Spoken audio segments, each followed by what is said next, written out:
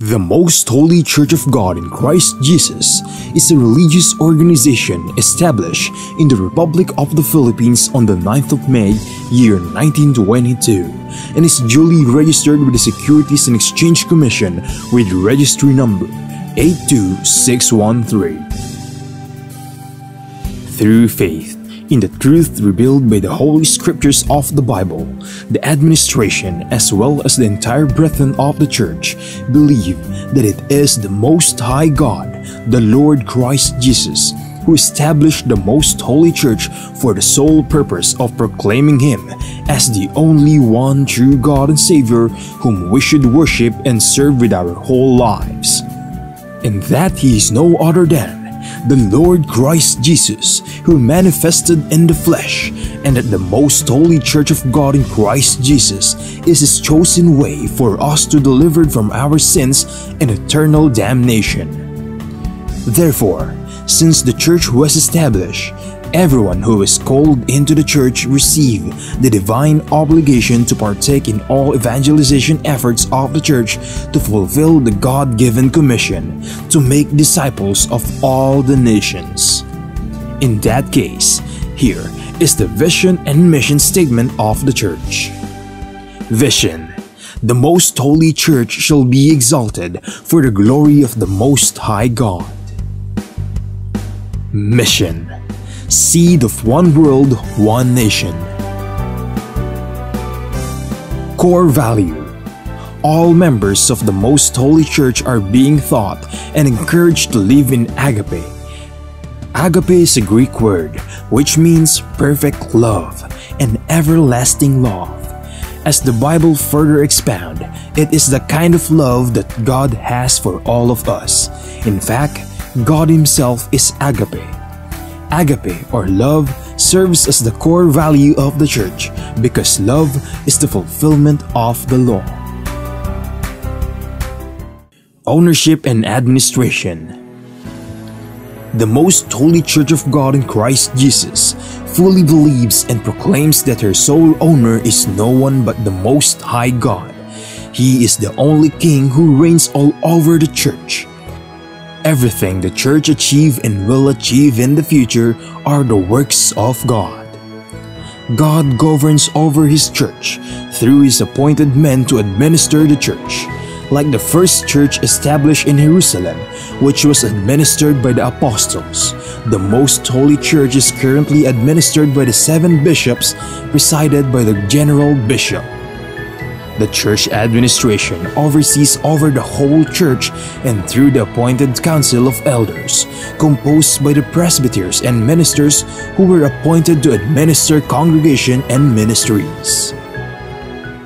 Expansion and growth: currently, the church has established congregation in most places in the 3 major islands of the Philippines, namely Luzon, Visayas, and Mindanao.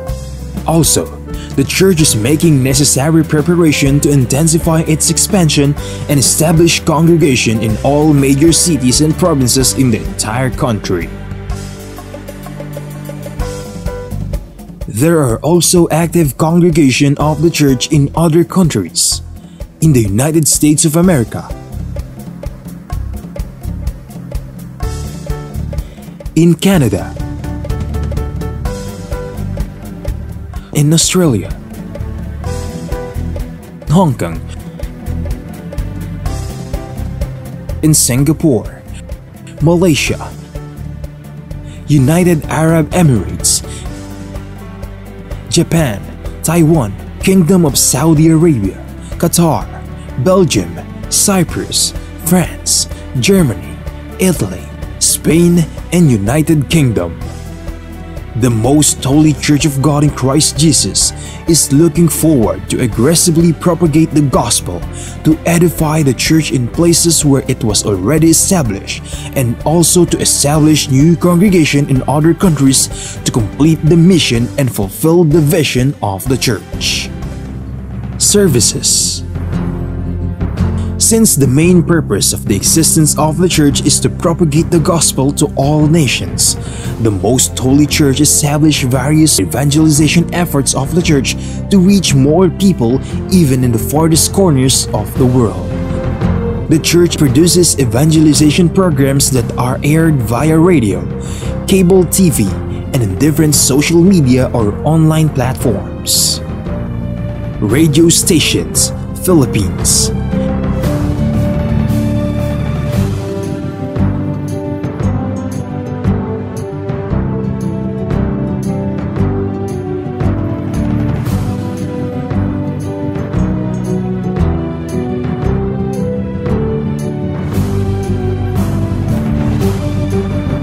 Cable TV channels.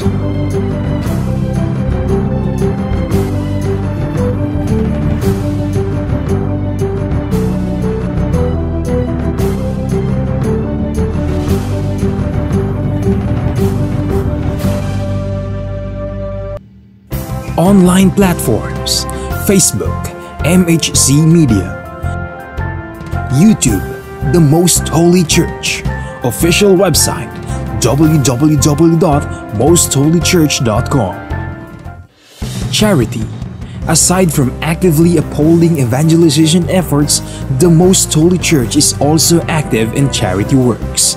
Here are some of the ministries of the Most Holy Church established to serve both members and non-members of the church. Lingap Agape Ministry.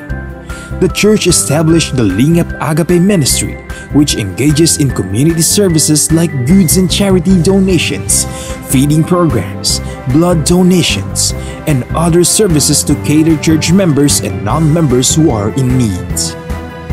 Damayang Kristiyano. On May 1, 2004, the church administration established the Damayang Kristiyano Ministry that aims to help the needs of the family of a deceased member of the Most Holy Church, especially in their burial expenses. Schools. Pristine Heritage Academy, formerly known as Pristine Learning and Tutorial Center. The Pristine Heritage Academy was established by the Most Holy Church in February of 2009. The school is open to all church members and non-members alike for the fulfillment of a part of the Most Holy Church community service. Mahanaim Evangelical Academy. The church administration aimed to give standardized education and training to church members who aspire to become missionary workers and ministers of the church. Thus, in 2018, the church administration established the Mahanaim Evangelical Academy that provides classroom lectures and on-the-job training so that aspirants to partake in the Lord's mission may be molded to become a proud messenger of God. The Mahanaim Evangelical Academy mainly holds its training in Gabay Center, the training facility of the Most Holy Church located at Barangay Sumalo, Municipality of Hermosa, Province of Bataan, Philippines. The Centennial Celebration of the Most Holy Church. The Most Holy Church of God in Christ Jesus recently celebrated its 100th anniversary on the evening of the first day of May 2022 at the Gabay Center, the newly built facility of the church situated at Barangay Sumalo, Municipality of Hermosa, in the province of Bataan, Philippines. On the morning of the same day, the church held the inauguration and dedication of the Gabay Center. The Gabay Center is a training facility of the church, built through the favor of God and the collective efforts of the entire brethren from around the globe. From the proud members of the church, we are inviting you to join us and be a member of the Most Holy Church of God in Christ Jesus, so that we may share the ever-abounding favor of God towards His beloved children. Please take time to listen to the preaching of all the topics composing the lessons of spiritual salvation, so that we may share to you the teachings and doctrines of the Most Holy Church, which are purely based on the Bible that will lead us to our soul's salvation.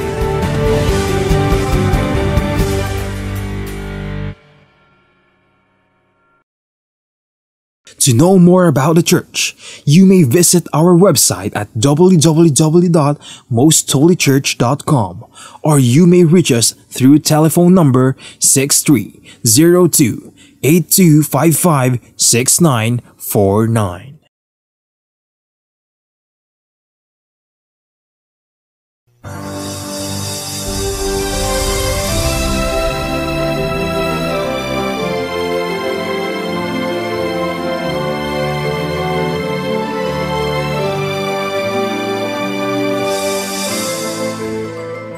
Kapayapaan po mga giliw naming mga taga-subaybay.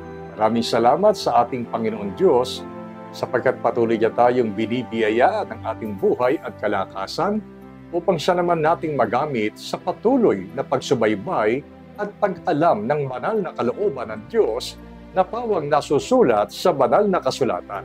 At ito po ay inihahatid sa inyo ng programang ito na ang Kabanal-Banalan.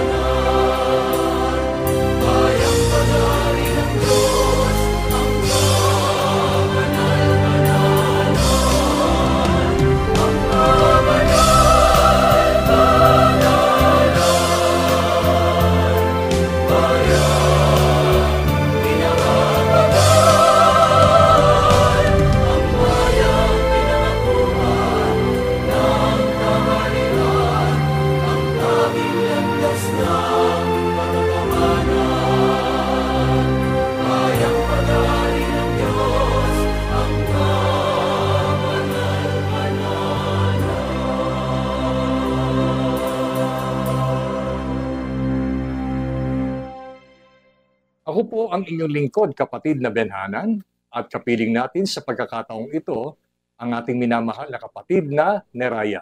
Kapayapaan po, kapatid na Neraya.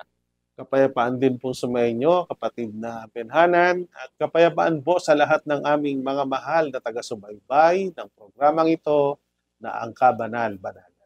Sa nakalipas na paghahayag ng programang ito ay tinalakay po natin ang kahalagahan ng pananalig o pananampalataya sa ating Panginoong Diyos upang tayo ay Kanyang mapagharian. Na dahil doon, kung ang tao ay mapagharian, tatanggapin niya ang pagpapatawad sa lahat ng kanyang pagkakasala at gayon din ay mayroong nakahandang pagpapala ang Diyos sa lahat ng tao na lubos na nagpasako sa kaharian ng ating Panginoon Diyos. Dahil dito, ang paksa ay mayroon pa ring kaugnayan tungkol po sa paghahari ng Diyos sa sangkatauhan. At ito po ang ibig naming talakayin upang makita natin kung gaano kahalaga ang tao'y magpasakop sa ating Panginoong Kristo Jesus at sa kanyang kaharian na pawang itinuturo ng banal na kasulatan. At ang programang ito ay kasangkapan lamang upang ihatid sa atin ang mga banal na kalooban ng ating Panginoon. Kaya ang paksa ay nagsasabing ang biyaya ng paghahari ng Diyos. Kaya para po pasimulan ang atin pong talakayan, kapatid na Neraya, ano nga po ba ang karaniwang pagkaunawa ng mga tao tungkol sa biyaya? Ang sagot po na mababasa natin muli sa banal na kasulatan ay nasusulat po sa aklat ng Ecclesiastes. Ang kapitulo po ay 5 at ang bersikulo po ay 18 hanggang 19. Pakibasa po, kapatid na Benhanan.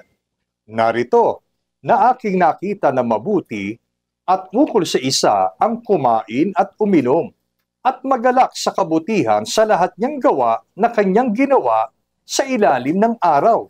Lahat ng mga kaarawan ng kanyang buhay na ibinigay sa kanya ng Diyos, sapagkat ito'y kanyang bahagi. Bawat tao rin naman na binigyan ng Diyos ng mga kayamanan at mga pag-aari at binigyan ng kapangyarihan na kumain niyaon at kumuha ng kanyang bahagi at magalak sa kanyang gawa, ito'y kaloob ng Diyos. Narito po ang karaniwang pagkaunawa ng tao kapag ang pinag-uusapan ay mga biyaya. Ang karaniwan po ay tumutukoy lamang ito sa mga material na pangangailangan o mga pagpapalang dumarating sa tao. Hindi naman po natin ihinakaila na tinatawag din itong biyaya. Pero sa atin po na mga naturuan at lubos na nananampalataya, meron tayong alam na lumalaging biyaya. Pero sa karaniwang tao po, ang kanilang alam na blessings o mga pagpapala kapag ang tao po tumanggap sa Diyos ng mga kayamanan, mga pag-aari o mga ari-arian, kapag ang tao po ay nagkaroon ng maraming salapi na nakabibili siya ng mga kailangan niya sa pang-araw-araw niyang pamumuhay katulad ng masaganang pagkain, maayos na pananamit, bahay na matitirhan, sasakyan na ginagamit, at iba pang mga bagay na material. Ang tawag ng tao ron, salamat sa biyaya ng Diyos. Kaya karaniwan na natin makikita sa mga signboard. Halimbawa, ang tao nakabili ng sasakyan. Halimbawa, yung jeepney na ipinamabasada. Sa likod nakasulat, biyaya ng Diyos.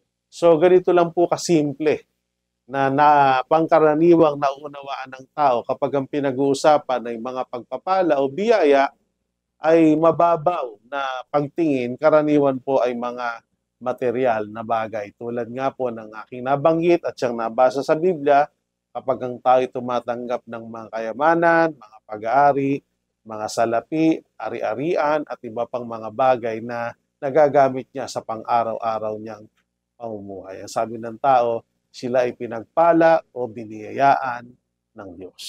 Mga giliw naming mga taga-subaybay, ngayon ay itinuturo sa atin ang tungkol po sa biyaya na pangkaraniwang pagkaunawa ng tao. Ang konsepto ng tao po sa kasalukuyang panahon, ang biyaya ay nakakulong lamang sa mga pagpapalang material. Na kung wala kang material na bagay o anumang tinatangkilik sa buhay na ito, ay sinasabi ng taong hindi sila tumanggap ng biyaya na mula sa Panginoon Diyos.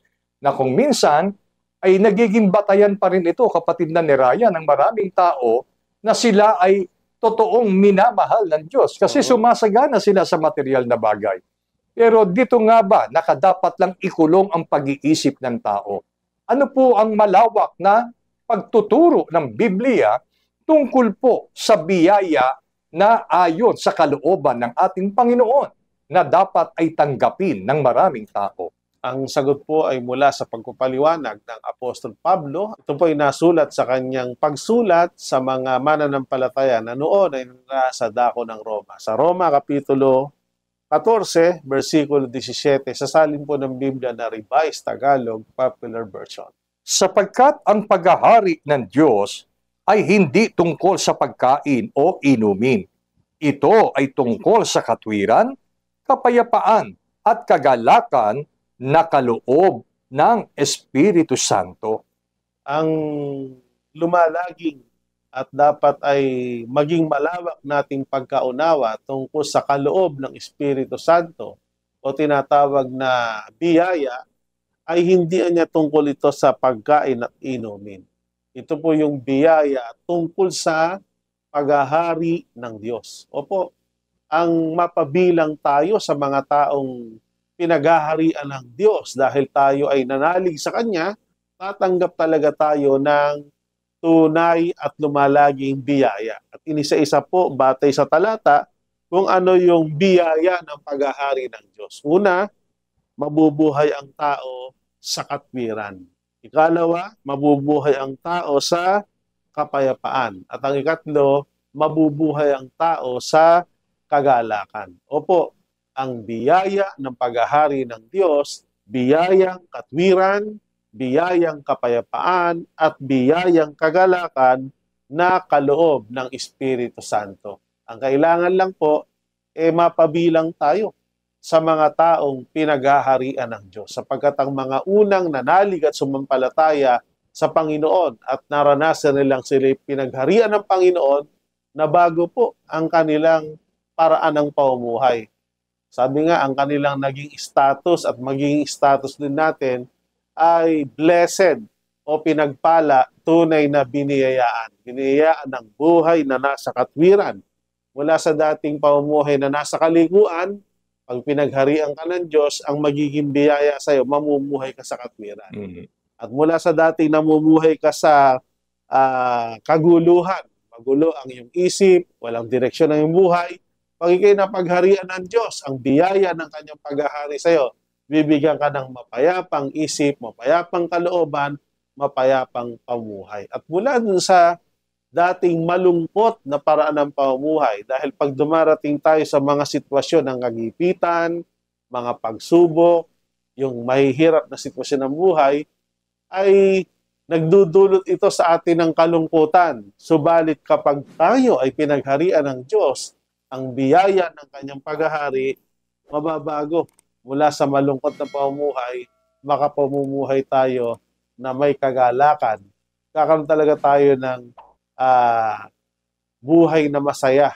Isang kagalakang lumalagi dahil kagalakang kaloob ng ating Panginoon. Alam niyo po, sa buhay na ito, hinahanap ng tao kahit sa mga material na bagay yung pakikinabangan nila na habang buhay at magpakailanman. Alam natin na yung biyaya na tinatanggap ng tao na pawang mga material na mga bagay o anumang tangkilik ng tao sa buhay na ito ay pawang may katapusan. Ito ay hindi po mapanghahawakan. Oo, kung sakaling ikaw ay mayaman, posible, meron kang kapayapaan. Pero hindi po ito masasabing kapayapaang lumalagi. Gayun din, kung tayo ay mayroong mga ari-arian, kung meron man tayong anumang tangkilik sa buhay na ito at naging mapalad na maging matagumpay sa buhay na ito, ang lahat ng dulot nito ay pawang pansamantala lamang. Sapagkat darating at darating ang panahon, matatapos at may katapusan ang mga material na bagay na ito. Kumpara sa biyayang hatid ng paghahari ng Diyos, walang pinipiling kalagayan o estado ng buhay ang mga pinaghaharian ng Diyos upang tanggapin ng tao ang biyayang kapayapaan, mabubuhay siya sa kagandahang asal at makatwirang pamumuhay. At higit sa lahat, anuman ang maging pagsubok na pagdaanan ng tao, kapag siya'y pinaghaharian ng Diyos, mananatili na mayroon siyang kagalakan sa kanyang kalooban. Kaya ang dulot ng mga material na bagay sa buhay ng tao, kung minsan yan po ay lumilikha ng pagkabalisa o pag-aalala. Halimbawa, dahil sa gusto mong manatili ang kayamanan mo, nakapag-iisip ang tao at nababagabag ang tao kung paano niyang pananatilihin yung kapayapaan. Kapatid na Neraya, di po ba? Gayun din, kapag ang tao ay sumasapit na sa mabibigat na problema, kahit pa siya mayaman, walang magawang anuman yung kanyang kayamanan para siya ay mapayapa. Kaya kung ikukumpara natin sa timbangan ng pagpapahalaga, mas lalong dapat piliin ng tao ang biyayang hatid nang siya ay pinaghaharian ng ating Panginoon Diyos. Dahil dito, kapatid na Neraya, bakit tiyak na mamumuhay sa katwiran, sa kapayapaan, at sa kagalakan ang tao sa anumang sitwasyon ng kanyang buhay kung siya po ay pinaghaharian ng Diyos? Ang sagot po ay mababasa natin sa Hebreo Kapitulo 7, versikulo 2. Na siya namang binahagihan ni Abraham ng 10 bahagi ng lahat na kung sasaysayin, una-unay siya'y hari ng katwiran at saka hari naman sa Salem na sa makatuwid ay hari ng kapayapaan. Ayon sa ating pananampalataya, kapatid na Benhanan at mga mahal naming taga-subaybay na amin pong isineshare sa inyo sa pamamagitan ng programang ito. Kaya napakatiyak na ang mga taong pinaghaharian ng Diyos ay mabibiyayaan ng buhay na makatwiran, mapayapa at nagagalak na totoo. Sapagkat ang Diyos na maghahari sa atin, bukod sa siya po'y tinuturong haring walang hanggan, hari ng mga hari, ay ipinapakilala din po siya ng Biblia na hari ng katwiran. Kaya kapag pinagharian ka niya, magkakaroon ka ng katwiran sa iyong buhay. Siya din ay Diyos na hari ng kapayapaan. Kaya kapag naghari siya sa iyo, maghahari sa iyong puso ang kapayapaan. Dahil ang biyaya ng paghahari ng Diyos, kung ano siya, magiging gayon ang kanyang mga nasasakupan. Kaya napakainam nga po na magpasya tayo na magsuko ng ating sarili sa tunay na hari. At kung isuko natin at lubos tayong magpasakop sa kanyang kalooban, magbago tayo ng paraan ng pamumuhay na dating tayo ang nasusunod ay ang masusunod ay ang Diyos bilang ating hari. Napakatiyak po na ang biyayang katwiran sapagkat siya'y hari ng katwiran ay sa atin. At ang biyayang kapayapaan sapagkat siya'y Diyos at hari ng kapayapaan ay mapapasa atin. At dahil sa mga biyayang yaon na lumalagi o hindi pansamantala, ay ang kagalakang mananatili rin ang magiging paraan ng ating pamumuhay. Isang napakagandang balita ang tungkol sa paghahari ng Diyos sa buhay ng tao. Kung isusuko natin ang ating sarili sa tunay na hari sa makatwid ay sa ating Panginoong Kristo Jesus bilang Diyos at haring walang hanggan, tiyak na tiyak, anuman ang magiging sitwasyon mo sa buhay na ito, anuman ang iyong pagdaraanan sa buhay na ito, dahil nakapaghahari sa iyong puso ang katwiran ng ating Panginoon Diyos, ikaw, giliw naming taga-subaybay, ay mananatili sa kapayapaan. Mananatili sa iyo ang kagalakang dulot ng paghahari ng Diyos. Kaya ano ang pipiliin mo? Kapayapaang bunga ng mga material na bagay o kapayapaang lumalagi bunga ng paghahari ng Diyos sa ating buong pagkatao? Mga giliw naming mga taga-subaybay. Kaya dahil dito, kapatid na Neraya, sa lumalaging biyayang kapayapaan, katwiran at kagandahang loob bunga ng paghahari ng Diyos, ano po ang nararapat na maging dalangin o kahilingan ng tao sa ating Panginoong Diyos? Ang sagot po ng Biblia ay mababasa po natin sa Lucas, Kapitulo 11, versikulo 1 hanggang 2. Sasalin pa rin po ng Biblia na Revised Tagalog Popular Version. Minsan, nanalangin si Jesus sa isang lugar. Nang siya'y matapos, sinabi ng isa sa kanyang mga alagad, Panginoon, turuan nga po ninyo kaming manalangin, tulad ng ginawa ni Juan sa kanyang mga alagad. Sinabi ni Jesus sa kanila, kung kayo'y mananalangin, sabihin ninyo, Ama, sambahin nawa ang iyong pangalan, naway maghari ka sa amin. Napakaliwanag po ang mga salitang ito na ating narinig batay sa mga talatang binasa ng ating kapatid na Benhanan. Maunawa natin sa panahon ng pagkakatawan-tao ng Panginoon ay nagbigay halimbawa siya na mahalagang matutunan ng mga tao, lalo na ng kanyang mga alagad, ang tungkol sa pananalangin. Kaya nag-request pa nga ang kanyang mga alagad na turuan silang manalangin. Kaya ayon sa pagtuturo ng Panginoon, kung kayo mananalangin, kung merong una-una kayong dapat hilingin, ay una, matuto tayong sumamba sa pangalan ng Panginoon at hilingin nating naway maghari ka sa amin. Idalangin natin o hilingin natin sa Diyos na naway maghari siya sa ating pagkatao. Kasi parang musaga ng ating sarili, talagang masasabi nating kapos ang ating kaalaman, kapos ang ating kakayanan, para matiyak na tayo mapapabilang sa mga taong pinaghaharian ng Diyos.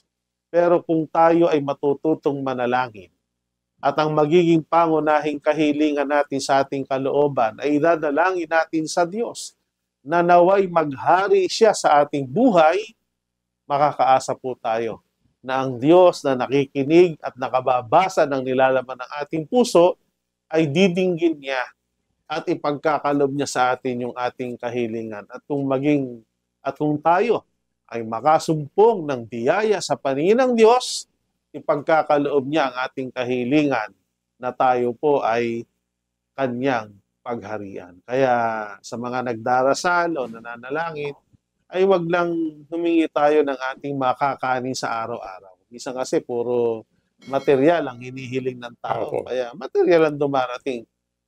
Mayroong lalong mahalaga kaysa pagkain sa araw-araw. Yun pong tayo ay mapagharian ng Diyos para makatiyak tayo ang biyayang katwiran, kapayapaan at kagalakang lumalagi ay mapa sa atin. Kaya ipanalangin po natin na naway maghari ang Diyos sa ating buhay. Yun po mga giliw naming mga taga-subaybay. Ang Panginoong Kristo Jesus na mismo ang nagsalita at nagpahayag ng kung ano ang unang-unang dapat ay hilingin natin at isama sa ating pagdarasal o sa ating pananalangin.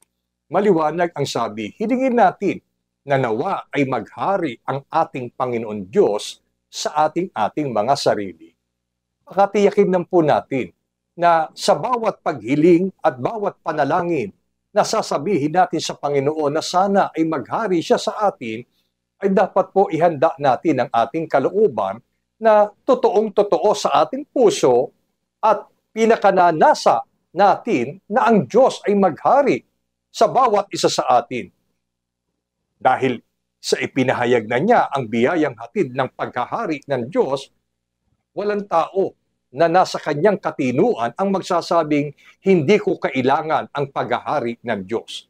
Lalo po sa buhay natin, sa panahon natin ngayon na ang mundong ito'y punong-puno ng mga kabalisahan, ng kawalan ng kapayapaan, bunga ng kagutuman, bunga ng pangangailangan ng tao para mag-survive sa buhay na ito, tumatakas ang kapayapaan. Ngayon ay inihahayag ng Diyos ang kanyang kalooban.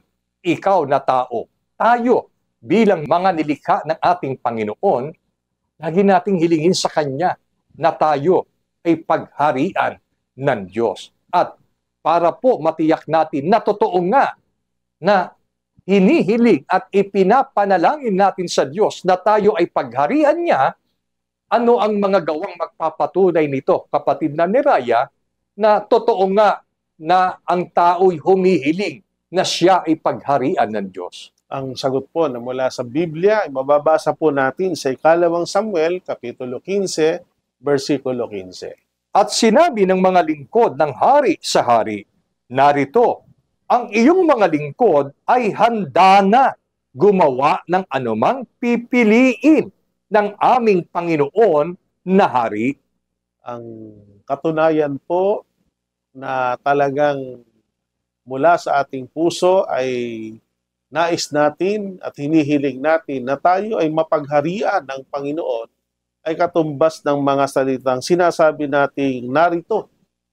Panginoon, ang iyong mga lingkod ay handa ng gumawa ng anumang pipiliin ng aming Panginoong Hari. Hindi lang natin uusalin sa pamamagitan ng dasal o ng salita na naway maghari ka sa amin. Kundi kasama ng salitang yon, ihanda natin ang ating sarili na ang kahulugan ng salitang sinasabi nating maghari siya ay gaya na sinasabi natin na narito po ako.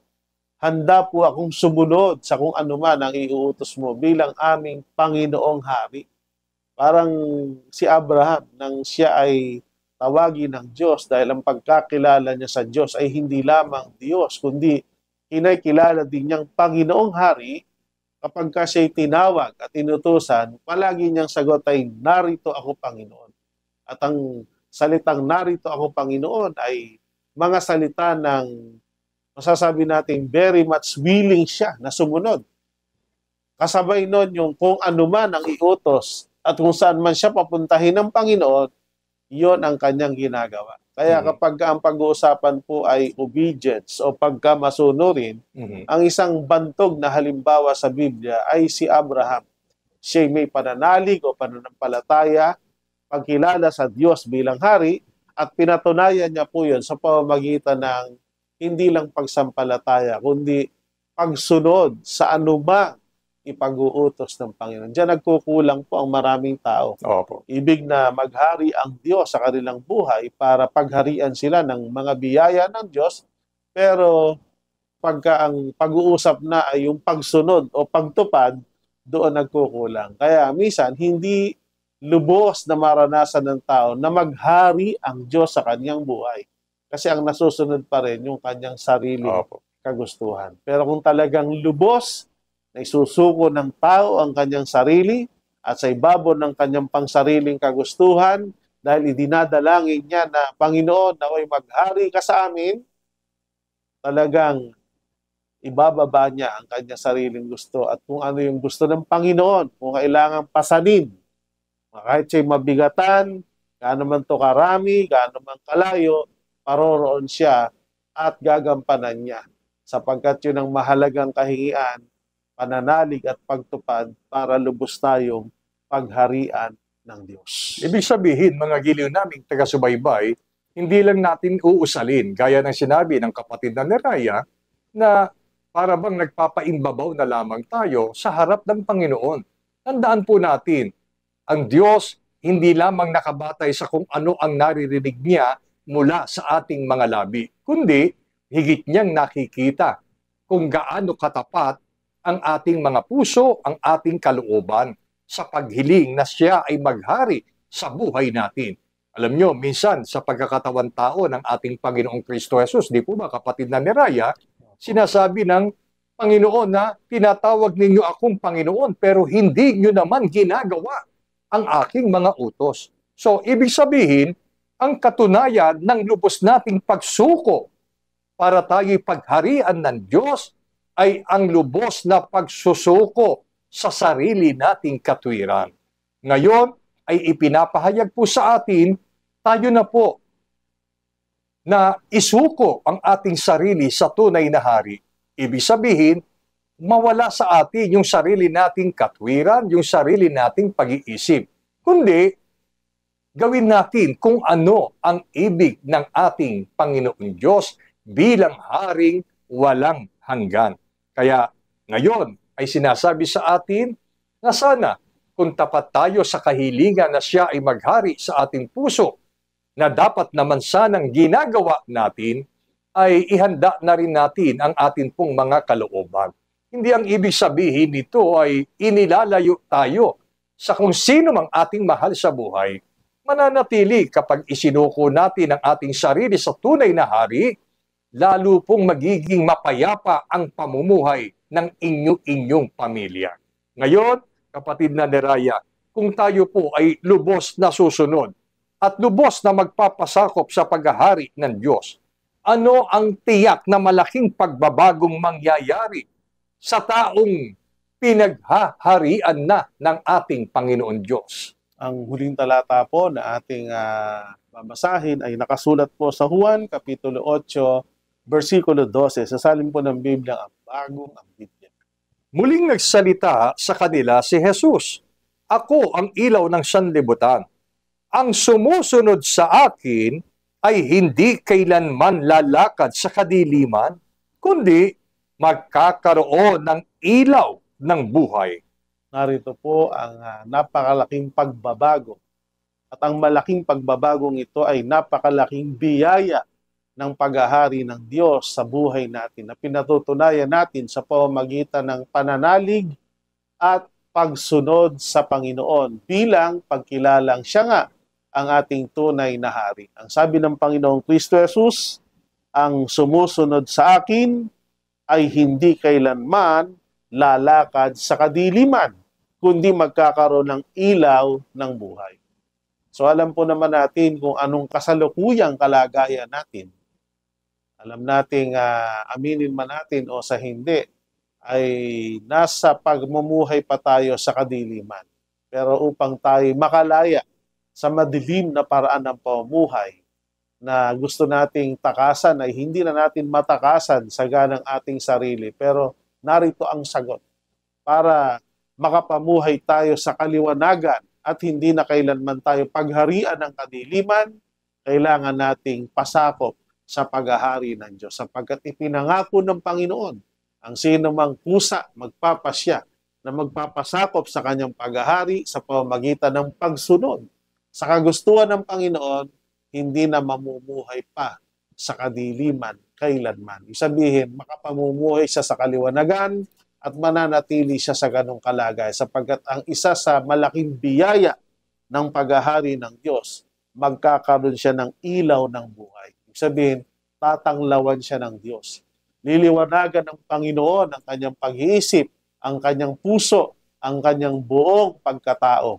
At dahil may liwanag ang kanyang pagkatao, ang kanyang buhay, siya po'y makapamumuhay ng kalugod-lugod at kasang-ayon sa kalooban ng ating Panginoon. Ito po ang mga biyaya ng paghahari ng Panginoon sa buhay ng mga taong lubos na nagpapasakop sa kanyang paghahari. Mga giliw naming mga taga-subaybay, alam ko po na sa araw-araw ng ating pamumuhay ay madalas nararanasan natin na para bagang sinasabi natin na napakamiserable ng buhay na ito. Para bang wala na tayong kaliwanagan na nakikita, kundi parang tayo ay nabubuhay sa kadiliman na para tayong nangangapa sa araw-araw ng ating pamumuhay. Ngayon ay sinasabi po sa atin, ibig mo ba na maging maaliwalas ang iyong buhay, bunga ng liwanag na ipagkakaloob sa atin ng ating Panginoon? Tayo na po, tanggapin natin ang kaharian ng Diyos. Tanggapin natin ang Panginoong Kristo Jesus bilang Diyos at Haring walang hanggan, sapagkat ito ang garantiya ng banal na kasulatan. Kung paanong sinabi ng Panginoon, siya ang ilaw, siya ang pinagmumulan ng liwanag, habang tayo ay pinaghaharian niya. Hindi po tayo mauubusan ng liwanag. At yung liwanag na yon ang magsisilbing tanglaw upang tunguhin natin ang isang mapayapa at masayang pamumuhay sa mundong ito, regardless kung ikaw ay mayaman o mahirap. Ang importante at napakahalaga, tayo ay kapiling ng Diyos sa kanyang kaharian na sumusunod sa kanyang mga banal na katwiran at kautusan. At ito po'y tinitiyak sa atin, mawawala sa atin ang kabalisahan. Gaano man tayo kaproblemadong tao, ang pag-asang ibibigay ng liwanag ng Diyos ang magpapaliwanag at magbibigay ng pagkaaliwalas ng atin pong kapaligiran. At hindi lang to, magagawa natin na ayusin at magkaroon tayo ng bagong direksyon ng ating pamumuhay tungo sa biyaya na inilaan ng Diyos kung tayo po ay kanyang paghaharian. Kaya tayo na po, hinihikayat namin kayo, tayo nang magpatuloy sa pakikinig at sa bawat pakikinig natin, nawa ay naitatanim sa ating puso ang mga banal na kalooban ng Diyos na sikhayin o sikapin natin na tayo man ay kanyang mapagharian sa pamamagitan ng kahariang espiritual. Ito ang kabanal-banalang Iglesia ng Diyos kay Kristo Jesus. Dito namin kayo palaging hinihikayat. At madama natin, maranasan natin ang tunay na biyayang lumalagi, bunga ng paghahari ng Diyos sa buhay natin. Na sana ay pakanasain natin na makasama sa isa sa mga pinaghaharian ng Diyos sa ganitong kaparaanan. Makapamuhay tayo ng may kapayapaan at kaligayahan sa kabila ng anumang sitwasyon ng ating buhay. Na ito ang ipagpala sa atin pong lahat mula po ngayon at magpakailanman. Amen.